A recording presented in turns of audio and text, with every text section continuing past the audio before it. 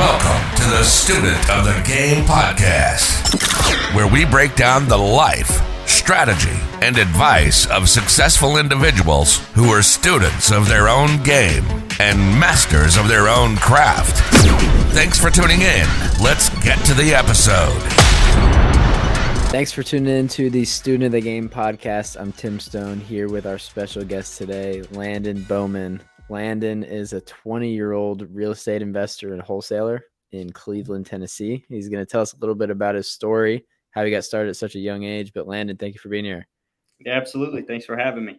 Yeah, well, let's go back a little bit. I've known you for a couple of years now, but the listeners haven't. So take us back to how you got started. Like, really just tell us your story of getting to this point. Absolutely. I'll take it back to sophomore year, 16. I had a bunch of ideas about wanting to be in business, but not really knowing where I fit in, in such a big world. Where's the small fish fit in? But the best thing that I could come to, I saw a lot of people doing landscaping, and I was like, well, everyone's doing that, so I don't want to do that. And honestly, looking back, the guys that did the landscaping probably made a lot more money than I did. But anyways, I picked detailing, right? So there's like a few of those little, high school type self-employment jobs that people tend to do. I went into detailing space. I won't give you all the ins and outs, but I did that for a little while, started doing pretty good to be on into a junior in high school, was making really good money. I had a 2,500 square foot space where I was doing these cars and staying busy. And then COVID hit. People quit paying, $280, $300 to have their car cleaned. And that put me in a bad spot. I had kind of leveraged myself out. I had some, I had cash flow. I had reoccurring customers. I had some car lots. I was doing their cars for them. But when people quit buying cars, they quit sending them. I had a trailer, just some other equipment. And then personal debt over the course of, I think it was about 14 months of doing maybe just enough to have enough money to like eat and do high school activities. I had racked up some debt just from my car and my phone. I owed my grandfather about $15,000 when I was going to graduate high school. Yeah. So I went from being the baller business owner junior, right, to being the in debt senior who can't go to college because I owe him nearly 20 grand. But there's a couple big players. They're big. They were big in my world, and they still are very big in my world. Players here in my town in Cleveland, Tennessee, in the real estate space that I just knew through mutual friends that I had met, and I saw them one of them driving a new truck all the time, and I was like, well, how do I do that? Teach me. And he started. He was flipping houses and owns rental properties, super successful in what he does, very knowledgeable. And I was able to actually buy a house from him. Now, securing the funding for that was a little complicated, but that was right after high school. My initial step into real estate was right after that. A couple months after I graduated, I bought my first house. I'll take you to how I bought it. Yeah. How'd you get the money while being nearly $20,000 in debt? Right. I'll say I was blessed because I was, but I went to my grandfather and I was like, hey, I know I already owe you 15. What's another 80? And he's not balling. He can't, he actually, to get it all done, he put a line of credit against his house, for me to be able to buy this property and fix it up. I had no idea what I was doing. And he was just scared. He's worked his whole life to pay that house off. And so that was a big faith step from him to me. So I will say that I was blessed in that aspect, but as well, I worked my tail off to get there and then to see it through, not knowing what I was doing. There's a lot of things I did wrong, a lot of things I had to do twice and three times just so it would pass an inspection or be up to the code. But I did it. I bought the house for $35,000. I had 80 grand. That's it. So it's so crazy how it worked out. I bought the house for 35. I had just enough money to finish the house. I had to borrow another $1,000 at the end of it to get it across the line. We put it on market, had it under contract the next day for 142. So that was my first big break. Now, in the middle of that, I started learning. I was like, hey, I'm going to need to do another one. And so I was looking for my next project in the midst of that one. And it worked out to where I closed the day I closed on selling mine. I closed on another one to buy. And I did that one on an owner finance. And so in the midst of those, my first project, I was also working on, bringing in leads for new houses. And that's how I figured out how to wholesale, taking you to the space where I am now, which I still am flipping and still have a flip going. But that's what got me into wholesale is, trying to cultivate those leads and find those next projects, those next houses. It got to a point where I was like, there's so many of these that, I could really capitalize on this opportunity. But that's how I got my big break. That's how I got started. I left out a lot of details. Just as well, when you were doing those apartments and stuff like that, like managing, just so much that you learn just from different learn it the hard way. Right. Like going to Ace and buying the gallons of paint, right. Just, there's so many things that I've always felt like the kind of person, it may be a bad thing, but I can't fail. I can learn, and so, yeah, everyone telling me how crazy I am for buying this house. It was vacant for 20 years. Like it had, it was bad. I had to redo everything. No idea what I was doing, but I was like, I'd rather put myself in the situation and figure it out instead of try to learn and retain all this information, but never even put myself in a situation where it's applicable. Yeah. If that makes any sense. It does. And there's a lot to unpack there. And I'd like to get more into your story, what you're doing now, because it's pretty incredible. But let's go back into that first deal, because I think that story is going to be really important to people. Because you were 18 years old. Yeah, you did it. So 18 years old. Yeah. First of all, like, how do you even start flipping a house at 18 years old? And second of all, bought a house for $35,000. How does that happen? There's a lot of things that stand out there. So kind of, like found a mentor who's kind of already doing it, had somewhat of a relationship with him, and then he's willing to, let you get in on this deal and buy this house for $35,000. Yeah. Where do you go from there? So say you've got the opportunity, you find something you can buy. What's next? Right. You need to figure out how to fund it. So I have it written down somewhere. I wish I had it here, but before I ever started, I was just watching all these YouTube videos about getting in real estate. I found a mentor and I had one, but that wasn't my only source of information. I'm the kind of person, like, I find something, if I set my mind to it, I'm going to do it. So yes, I am going to retain all the information I can, but I'm not going to stop. I'm going to take that next step and I'll learn as I go. But I had, just learning through real estate videos on YouTube. I hiked down to the meetup where I met you down in Chattanooga. Just, trying to meet people, man. Everyone's like, who's this 18-year-old kid? It was actually funny. Jeff Holst. I saw him on a Bigger Pockets interview when I was mowing the yard one day, or just heard him, and I heard Chattanooga and I was like, what? So I texted him on LinkedIn, and he's the one who invited me to that meetup where I met. Yeah.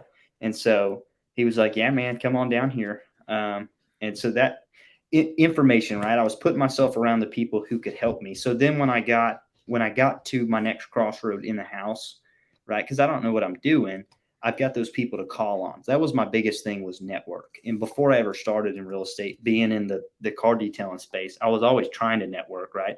I'm calling the car lots. I'm calling, I'm calling through neighborhoods and hanging stickers, just trying to meet people. Also a big player in this. I interned at a law firm because I wanted to be a lawyer, still want to be a lawyer, in school, working towards that. I had a lot of great connections that when it all came together, now when I say that, some people are like, well, man, you were just right place at the right time. Yeah, I will agree, but I kind of feel like, all the stars aligned for this, but I mean, I kind of pulled them together.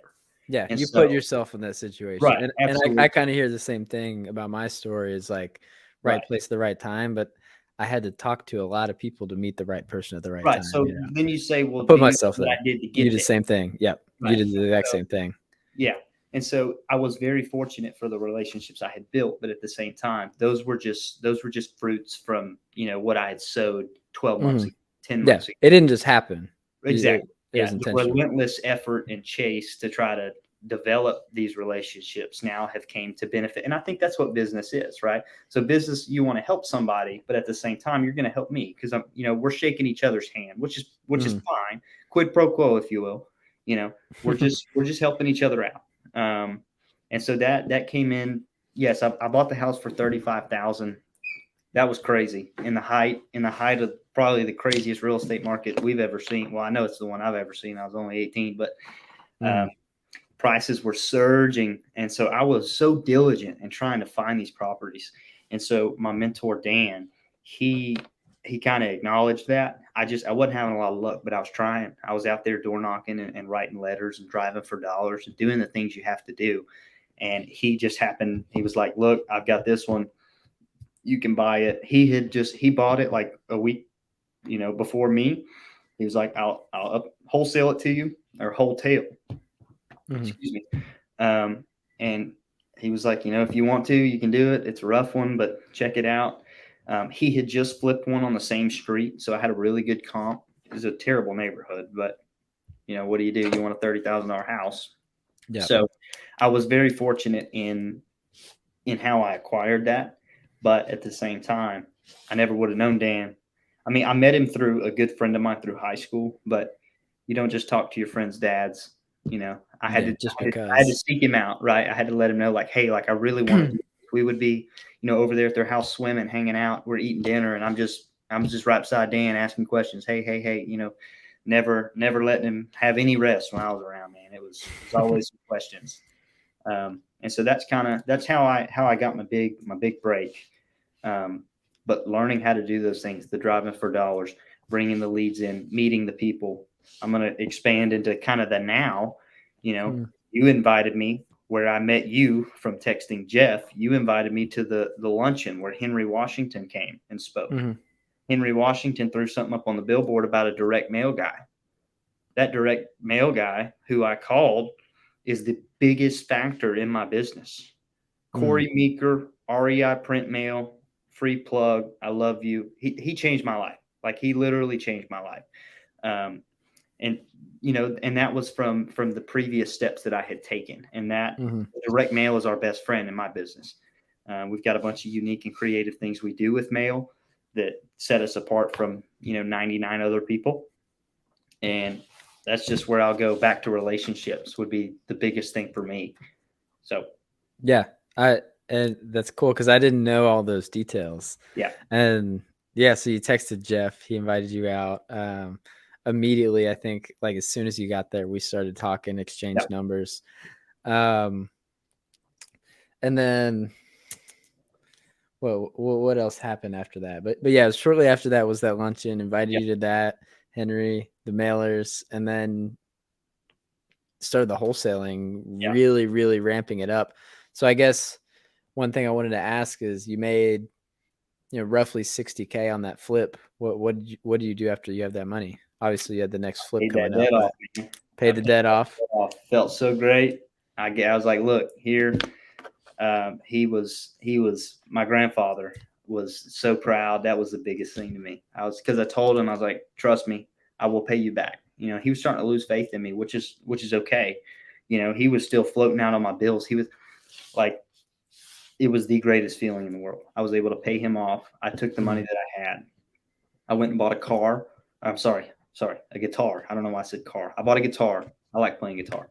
Then I just kept going. I was like, into the next one. So I held on to the money. I spent money to live, to exist. Went and ate and this, that, the other. But I didn't go super crazy. I was super diligent about going to the next one. The next flip was a nightmare for me. It still is a nightmare for me. But I don't know. In the midst of that, moving to the next one, I started delegating a lot more of the work to other people and started really honing in on the wholesale side of things. And so it's hard for me to talk about the past because to me it feels like yesterday, because this is only about a year ago. I just turned 20, right? And so we're talking maybe 14 months ago. I started making these certain changes from the flip to the wholesale.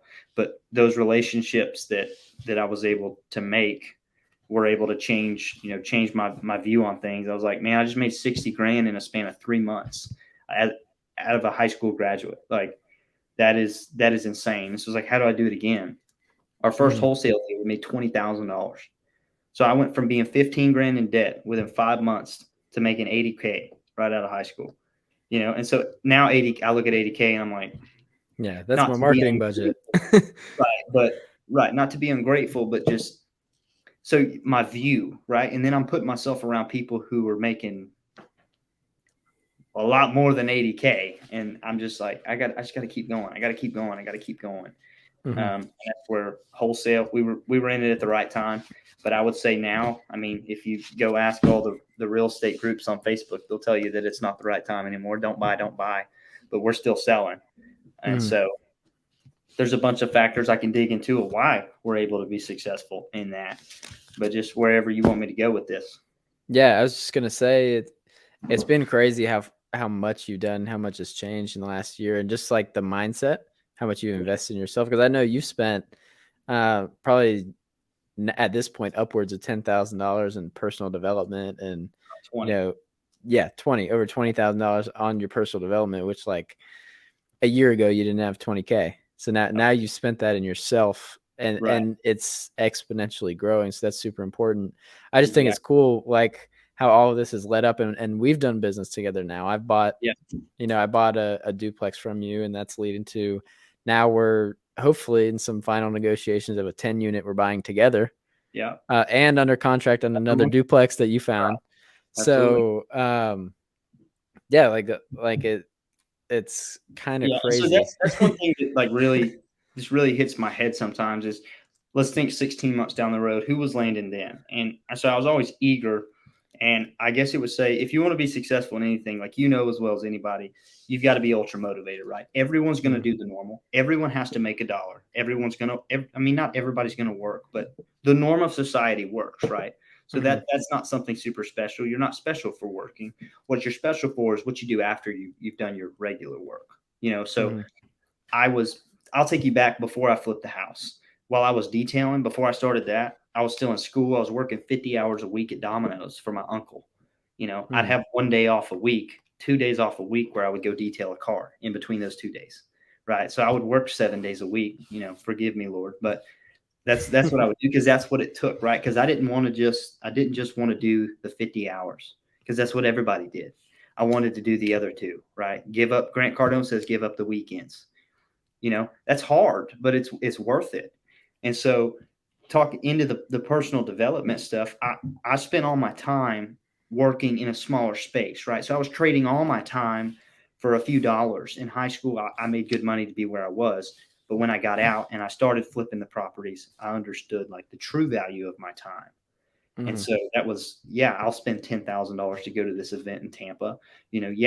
Next week we're going to Vegas to go to GrowthCon. Like that's the stuff that I will absolutely do. And so when people kind of ask you, outside of the podcast space or outside when you're just meeting up with friends that you went to school with, like, how are you doing that? And so I tell them, you just work hard, but at the end of the day, like we have to evaluate, what have we done to get here? Well, I can tell it's a lot of different things. Right. It's not one thing. Write a check. That's what I tell them, write a check. And so it takes, I'm not saying you can't be successful anybody can do it. It's just like, it takes a lot, but it's so worth it. And it's when you lay down at night and you're like, man, that's what I did today. I killed it today, gave it my all. I'm continually investing in myself, in my business. I don't know. It's a great space to be. So yeah, 100%. One thing I wanted to talk about, because I got into real estate business, a lot of other things, and ended up dropping out of college. But you never went to college. You kind of did it the other way around. Exactly. Straight out of high school, went into real estate, and now you're going back. So kind of talk about that. I think you did it the right way. You figured out how the world works a little bit. We're still too young to say we know how the world works. Absolutely. Figured out how to make money, how business, is conducted. And then realize what your passion was. And talk about absolutely. That. I wanted to go to college after high school, but I had to ask myself why. I'm 18. Why does everybody want to go to college? Okay, like I'm sure I wanted to get a degree, but the effort wasn't there. One, I owed my grandfather $15,000. Two, I wasn't sure what I wanted to do. I just knew I wanted to make money, and I knew that I wasn't going to be making any money in college. I couldn't afford it. I didn't have scholarship because of working 50 hours a week and doing my detail and business in school. I had a 2.9 GPA when I graduated high school. I graduated in the bottom third of my class. Okay. I scored very well on tests, on my ACT. I scored very well. Just my GPA was trash. I couldn't go anywhere. I couldn't afford it, and I wasn't going to take on, the student loan. So I started coming out here and killing it in business, working my freaking tail off. Like, I'm going to work harder than anybody else is. And then I get to a space, a lot of life happened and is still happening right now. I'm 20. I got custody of an 8-year-old, which is my brother. That put me back in the legal system because I'm having to deal with fighting my parents for custody issues. And that brought back up, that why I wanted to be a lawyer. Why did I want to do that? And so, yeah, I started going back to school again. I'm a Christian. I was praying about it. And I just felt like that, the Lord did this for a reason for me. And that this situation that I'm going through still with my brother is to do something for me. And I just really felt like, being an attorney is something that I can do without having the stress of having to make $200,000 a year, because I know how to make money. Right. I just want to do it. I want to do it to help people like my grandfather who got custody of me. A little backstory for people, not too deep. My parents are drug addicts. Man, I was growing up in a drug infested home. Lots of mental and emotional and physical abuse. And it wasn't a good spot. That's never great, but my grandfather in 6th grade was able to get me out of there, and kind of, transfer my life around. I had to deal with a lot of those emotions, and sometimes I still do. I mean, it's still hard, but that's where my, relentless drive came from. Like, when I wake up in the morning, I don't have to motivate myself. I don't have to force myself to do. It's just right here, man. I know, because I know what life on that side looks like. Right. That's another reason for the college. I knew what I would get myself into in college. I was not going to waste my time. I know what life looks like when you keep creeping down the line of right and wrong. And for me, I'm an obsessive person. So if I'm going to go drink, I'm going to obsessively drink. If I'm going to go read, does that make sense? Mm-hmm. So I just knew that wasn't a good spot for an 18-year-old to be in my situation. And so I can't even remember where I was going with that, but that's where that drive came from. Yeah. And so here we are now. I'm back, going to school. I'm online. I wake up at 3:50 every morning and I do school until 7:15. And then I wake my brother up. I'm taking 24 hours right now, which is insane. That's ridiculous. It's insane. But you know what? I'm on track to graduate with a 120 credit degree in 6 semesters, and I'm taking 3 of them a year. So I'll be done in 2 years. I'll graduate the same time that everyone else from my high school graduated with, and I paid for my school with cash. Mm-hmm. It still gives me. Now, maybe I'm missing out on the college experience, but what is that? Yeah, what value is that going to give? I mean, you and I are getting on a plane to go to Vegas next week. Like, yeah, how many years? A month and a half ago from Tampa and got off a big boat. But I'm doing great. Okay, my experiences are fantastic, and so I'm not missing out on anything. Maybe a few parties and football games, but you can still go to those. That's the thing. Right. Because I was having a conversation with someone yesterday about that, because his son is in a similar situation. He's a real estate investor, and his son is learning it. He's found him multiple properties that he ended up buying, and is really learning the game. And he's like, well, I don't even know if we want to send him. And he's like, I don't want to tell him not to go and take that experience away from him. Like, he can still go hang out with his friends and party if he wanted to. Right. Probably harder, living at home to actually go do that. But move out, which is also an important thing to do. But it's like, right, it's so much better. You might miss anything, fraternity brothers, or and that's fine. If someone's in that situation watching this, I'm not judging you by any means. Yeah, I'm just like, my situation, that just didn't make sense to me. I know guys that are going to college now that will come out and be ultra successful in their field, and I think that college is a necessity for whatever your passion is. My passion is to be a lawyer, I don't have a choice. I have to go to school. Okay. If you want to be a doctor, if that's your purpose, if that's your mission, you've got to go to school. So I will never judge anybody for going to, well, if I know like you're going there and you're studying basket weaving or something, like, come on, all right, do something else. But I will if never you're going just to go, it's right, absolutely, because total you're waste. But on debt, you're going to have to figure out later, and you're not going to. I don't know. But that's a whole nother podcast we can have. Is college worth it or not? Yeah, for sure. But as far as the experience goes, if you're doing what we do and would have the similar mindset and drive and opportunity, yeah, like our life is a lot better. I'm writing down on my vision boards and stuff like, this is what I want to do this year. The one when I graduated high school, I wrote down on a short-term goal as an assignment that I had. I wrote down, so they were speaking as if, the year after you graduate. So you graduate in May, you go through to December, start of January to the end of December of that year. What do you want to do? And I just wrote down, make $100,000. And the teacher wrote back that, it's a good goal to have, but I need to set more realistic goals. All right. Okay. Graduate 60 on that summer. You made $60,000. Yeah. We did a deal last year that was $103,000, one assignment fee. Okay. And so that just felt great. Not in a cocky, arrogant way, but in a way like, I told you I was going to do this and I did it. And so it's just, I can't, if I were to be in college and have all these, dreams and visions and goals that I got written down, I couldn't make it work. My 350 to 715, I can do that. I can make that work. Nobody's bothering me at 3:00 in the morning. And it just, I don't know, it gives me the ability to get done with school for the day. I do the whole week's worth of work in one day for the class. It sounds crazy, but it's really not that bad. Sounds pretty crazy. Yeah. Get your coffee at 4 a.m., get started at 4:15, work for 3 hours. And I'm talking work, nobody mess with me. But a lot of times I finish early.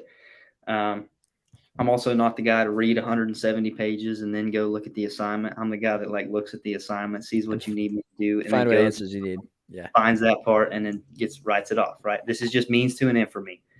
My bachelor's degree is just means to an end. Keep my GPA high. Not saying I'm not going to learn anything, but that's not what I'm ultimately concerned with. And so that's how I'm able to do that. And then I can go work. I'll go to the gym and then go work 8 to 7 when I'm not working. But, yeah. That's I think you're doing it right. You're doing good with the situation you have. So let's talk a little more about the wholesaling business and what that looks like, because you guys are doing pretty significant amount of deals, and now in 2023 the market's a little weird. A lot of wholesalers are losing money right now. A lot of people are kind of sitting on the sidelines, but you're still doing deals. Yeah. So what we noticed through 2022 was we were allocating about 50-50 on our budget towards single family and small multifamily. Everything was selling in 2022. I could sell a shed for $50,000. It was stupid. We were buying stuff, no inspection, no appraisal, no nothing. We'll close in 14 days, cash. All right, cool. But what we started to realize towards the end of the year, how things were starting to slow down. People were being more conservative. Our single families were sitting a little longer. We had a couple of contracts we had to terminate. Roll it into January. We were just evaluating the last year, and it was 80+% of the deals that we closed last year were small multifamily properties. But I was allocating 50% of our budget to single family. So we just kind of wrote that off. We went 100% in small multifamily this year, still are doing it. And we've seen a lot more interest, a lot more attention. I know that the long-term buyers, the big players are still playing, right? Because you and I talk about it. We sit and fantasize about the market going down so we can buy houses for 20, next 30. to nothing. Yeah. Right. Absolutely. And so everyone knows what happened in 2000. Everyone in the real estate space knows what happened in 2008. And so the guys that bought then are very, very well off now. And the guys who didn't are like, man, when that happens again, I'm getting on it, And so everyone's kind of just waiting. But the long-term players they're still playing, right? If the deal makes sense, if it cash flows, that's all you can ask for. What's your goal buying rental property? Mm-hmm. I'm putting money towards something that's going to pay me every month. as the asset appreciates, the loan goes down. So we can still find those deals, with enough margin, like the one you're looking at, with enough margin that it's going to make money. It's going to appreciate. I'm going to pay this loan down. Those still sell. So now how do we find those? So what's kind of tricky in this market right now is that sellers still think they're sitting on a pile of gold while investors know what's happening in the real estate market. So we're kind of at as where we were, sellers are paying this and homeowners, we're kind of equal. These guys want everything and these guys will buy it for anything. But now it's getting a little trickier on the negotiation standpoint because the homeowner still thinks that their property is worth everything in the world and the investor knows it's not. So that's why it made it difficult to continue to sell those single family houses. And then just dealing with people having to move out, or it's their personal residence, they have an emotional connection to it. I wasn't great with that. What I was good at was going to, Chattanooga real estate event, the meetup, going to the lunches, talking to everybody and seeing what they wanted. You send me 25 people a week that want duplexes. I mean, you're making it too easy on me. Okay. And so I know what everybody wants. Now I just have to find that. And so I was like, well, screw the single family houses and trying to deal with this crap.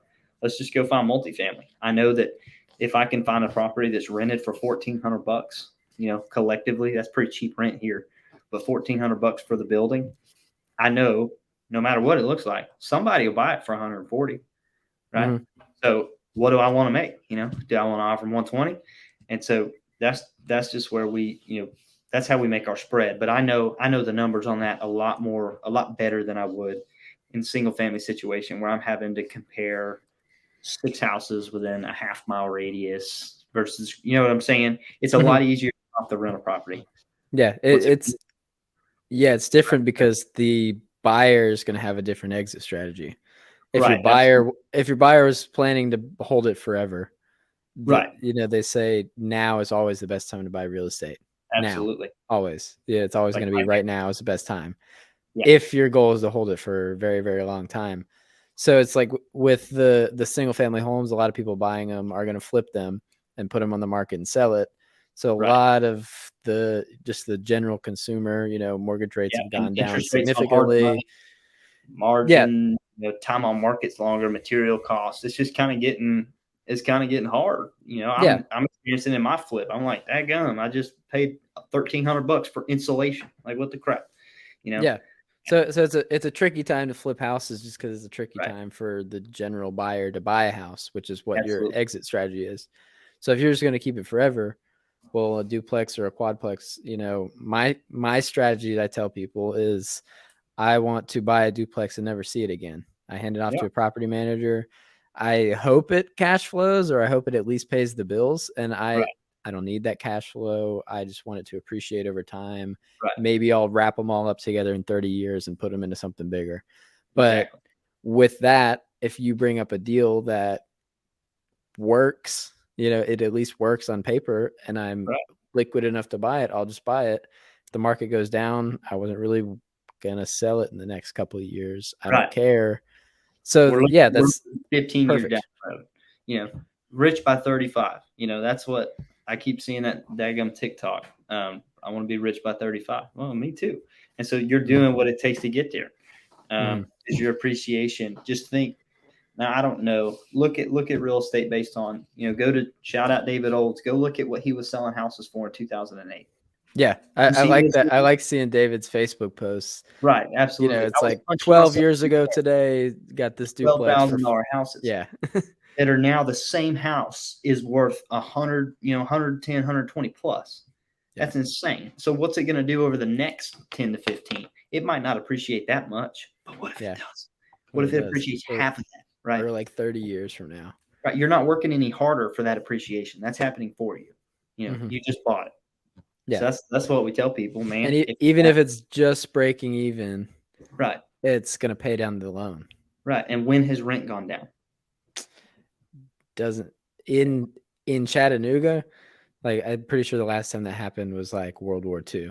Yeah. But in certain parts of the country, it's happened over the years. The only reason it went down is because all the soldiers were out fighting. Nobody could rent anything. There wasn't enough people.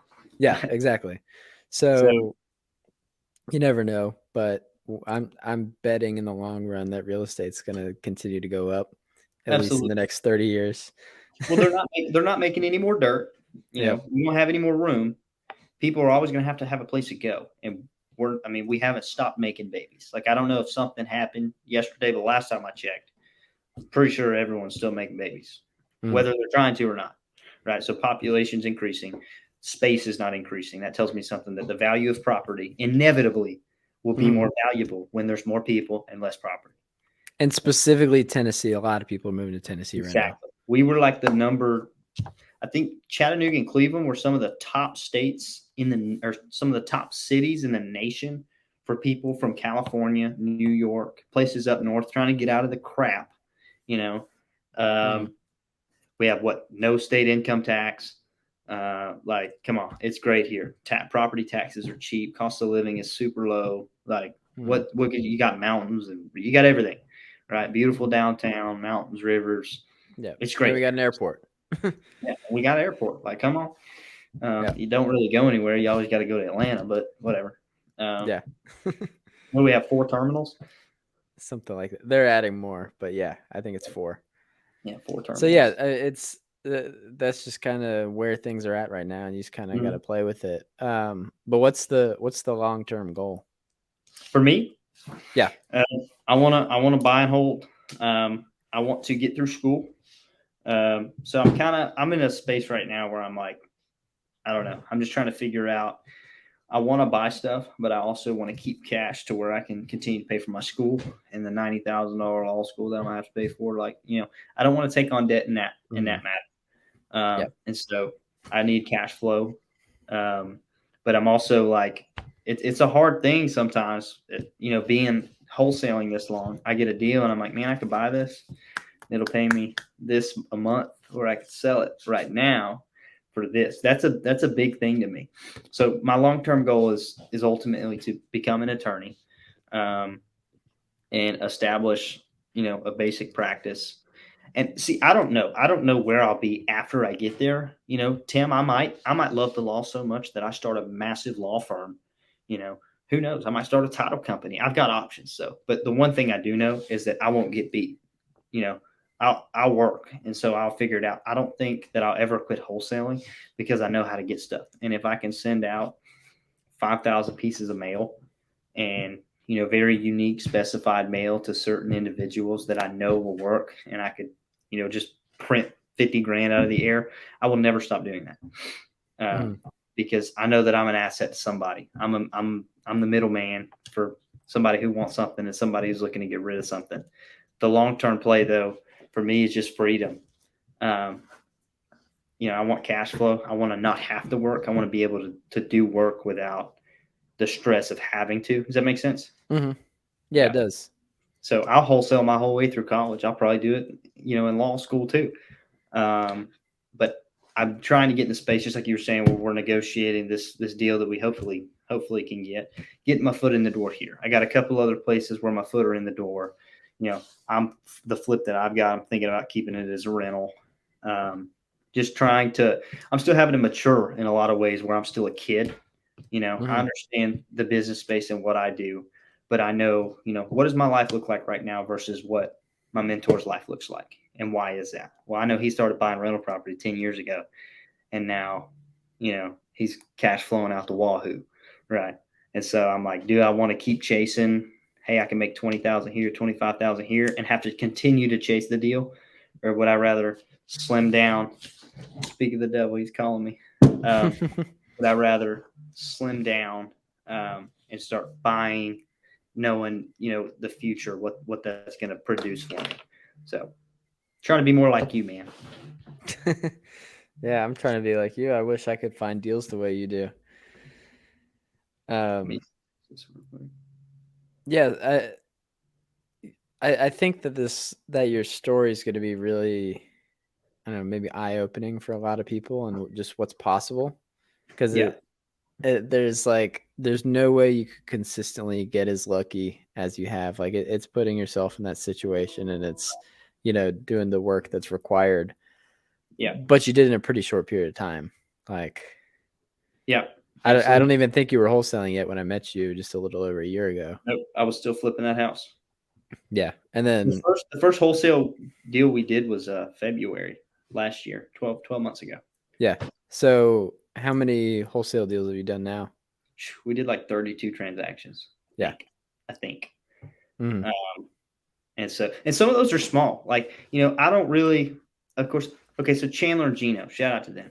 Killing Mm. it, man. Love those guys. Fantastic, fantastic. Chandler had a video on TikTok the other day where he was talking about where they increased their average, like what they wanted to make on a deal.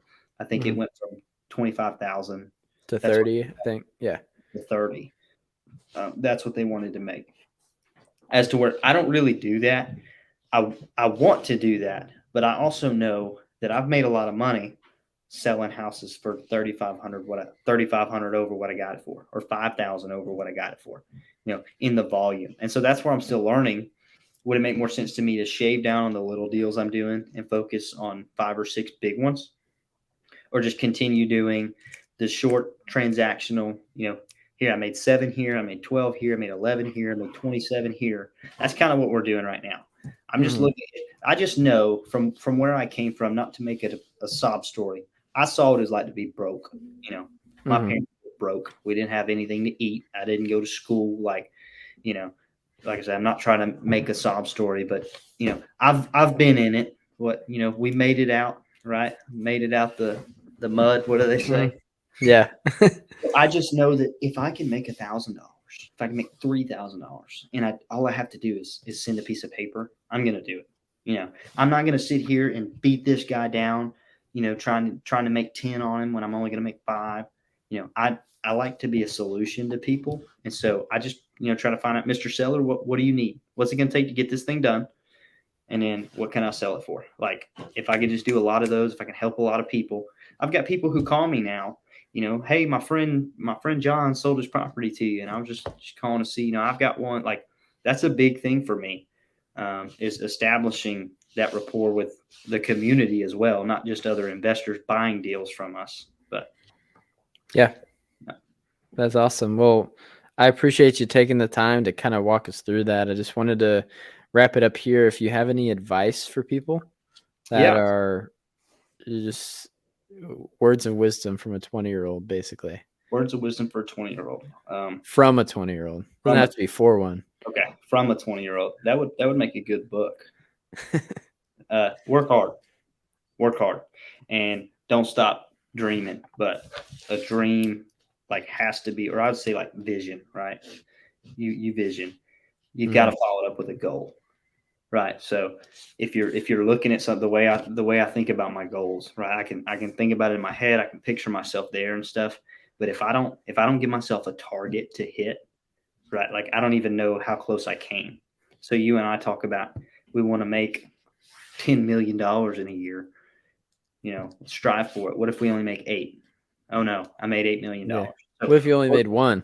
right, absolutely. You made $1 million. Okay. Yeah. And so work hard, vision, and goal. Just and you could do it. That's the most simple thing. Meet people. I mean, I could give 20 of them. Meet people. You just leave it. That's open ended. Yeah. Meeting people will give you Meeting people. vision. Right. Like, you're so big on networking. What do you try to eat lunch with somebody different every day? That is huge. That is huge. Network. I didn't wait until I was in the space to start meeting people. I carried myself in a way that I was putting myself there, whether I own property or not. I was meeting people that would assist me one day. And don't, what do they say on Bigger Pockets? Over analyzing, analysis paralysis. Don't have that. Just do it. Just go out there and do it. But that's it, Yeah. man. I say this all the time. Other people have everything you want in life. Right. And the only way to get it is to, meet them and Absolutely. provide value to them. And I think it's a Zig Ziglar quote, like, the easiest way to reach your goals is to help a lot of other people reach their goals. Absolutely. Yeah. Quid pro quo. Yep. Absolutely. So, yeah, well, we can wrap it up there unless you've got anything else. What's the best way for people to get in touch with you? I have Instagram. Yep. Landon Bowman with 3 N's on the end of it, I think. Or our Facebook page, Turning Point Acquisitions. You'll see this little gold logo, but that's the best way. My phone number and stuff's on there if you find it. So if you really want to get it. I had people call me. I would post TikTok videos and they would call me. I'm like, how the heck did you find my number? But yeah, I love to help. People have helped me. I'm so big on that. Somebody calls me and asks me how to do something, I'm gonna tell them. But I'm also gonna tell them, like, are you sure this is what you want to do? Because you'll be crazy about it. So yeah. But yeah, there we go. Thank you for having me on here. Yeah, thank you for taking the time. And if anybody listens to this and finds Landon's phone number, tell him where you got it. Where you got it. Yeah. Make sure you let me know that. All right. Well, I appreciate it. We're going to wrap it up there. Thank you for listening. Thank you, Landon, again for being here. Absolutely. See you on the next one.